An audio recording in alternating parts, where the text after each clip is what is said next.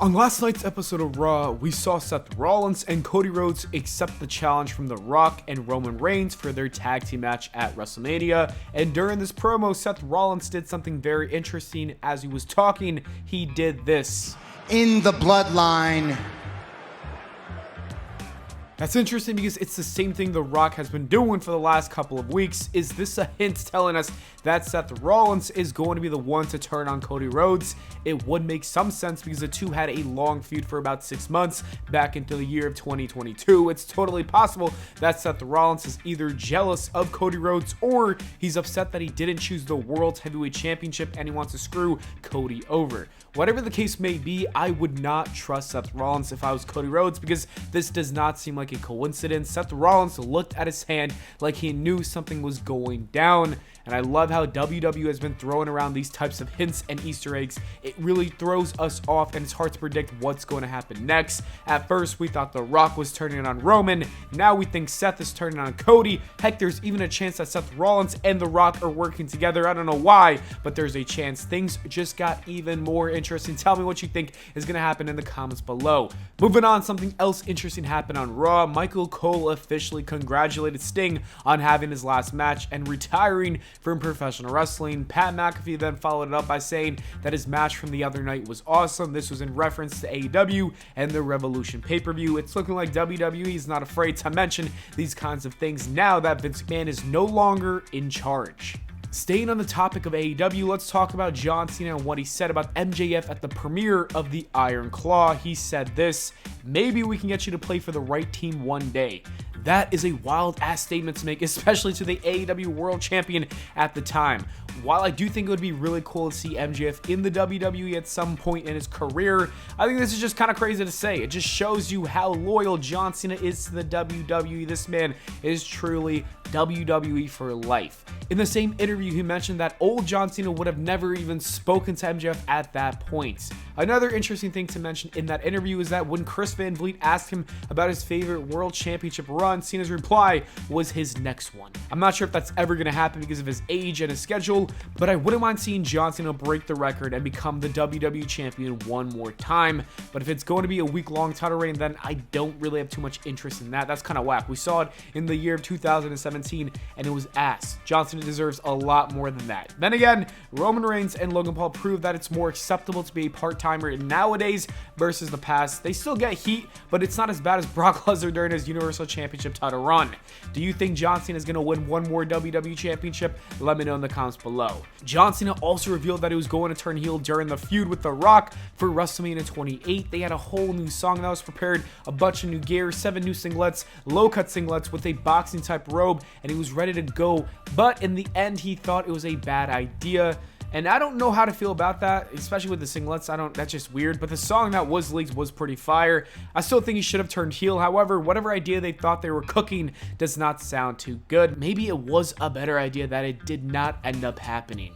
The WWE recently announced that Paul Heyman will be inducted into the WWE Hall of Fame class of 2024, and this is awesome to see. If there's anyone that deserved it, it is Paul Heyman. Dave Meltzer provided some more details on why WWE decided to finally induct him, and this is what he said. He's been offered the Hall of Fame before and turned it down with the idea that he's still active. He didn't think he should be in the Hall of Fame until his career is over, but I think the idea maybe of being the first Triple H inductee, and it's in Philly where ECW is from, and one of his main career claims to fame was ECW, maybe his biggest in some ways, so there's that. Maybe they just needed a main eventer and he's the guy.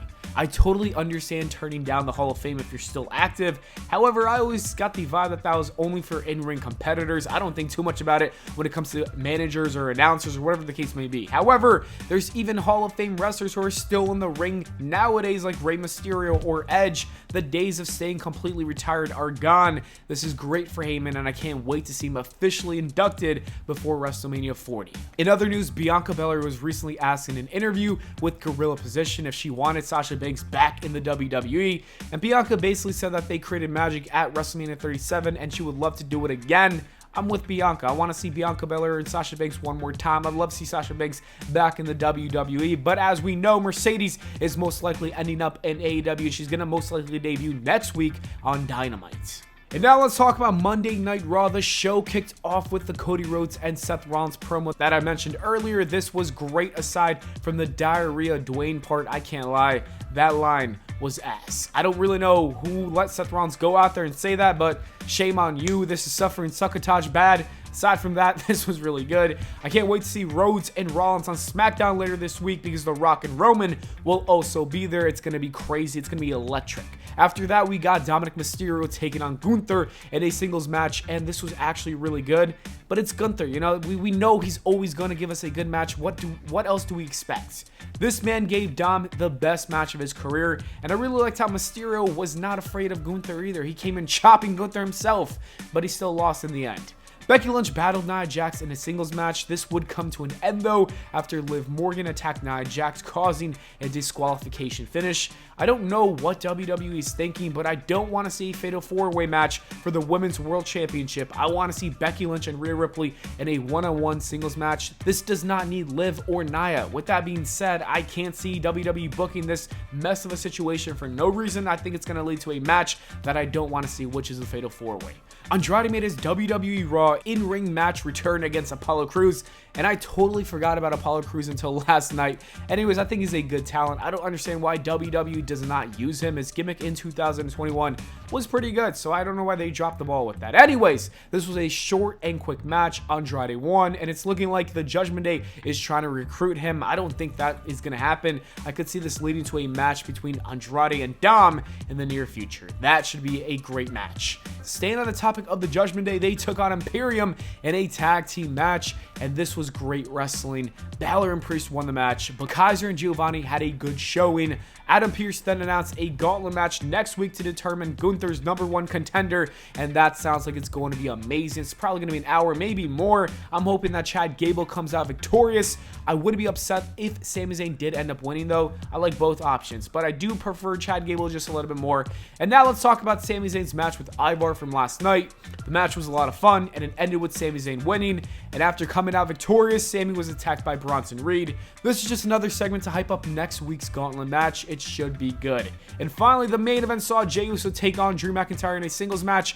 The match was solid, but the ending is what we need to talk about. It got messy, but in a good way. Solo Sikoa came out to try to screw over Jey Uso, but that's when Cody then came out to brawl with Solo. Then Jimmy came out to distract Jey, and it worked, and McIntyre won the match with the distraction, but then Seth Rollins came to make the save after the match because Jimmy was going to beat up Jey. So much was happening, and then Drew was sick of Rollins and hit him with a Claymore kick, and the crowd ended the show chanting CM Punk at Drew.